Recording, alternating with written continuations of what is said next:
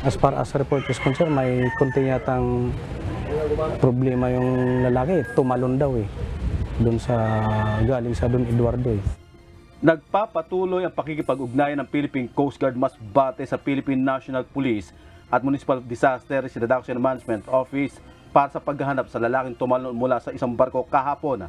Batay sa initial report ng PCG Masbate, dakong alas 2 ng hapon kahapon nang umalis ang sasakyang pandagat sa Masbate City Port at patungong Piodoran Port sa Albay.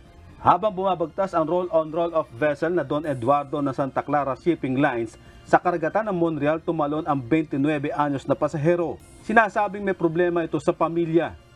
Kinorder na namin sa Coast Guard San Jacinto, which is sila yung Coast Guard doon sa Tigao Island, sila yung pinakamalapit.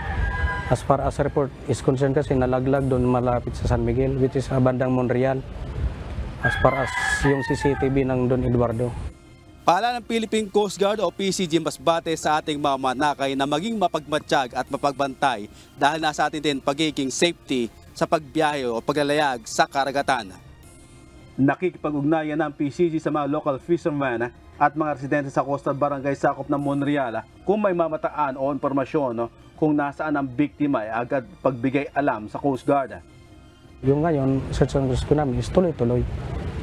So, kung hindi man, kami nakapag-shoot out na rin kami ng mga message sa mga fishermen and other localities na if decided yung nawawalang tumalon na ito is i-report din nila sa nearest Coast Guard officer.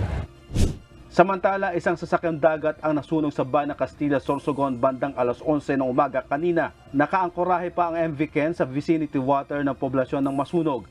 Ang MV Ken ay cargo vessel na pagmamay-ari ng Perwin Shipping Corporation sa Camarines Sur.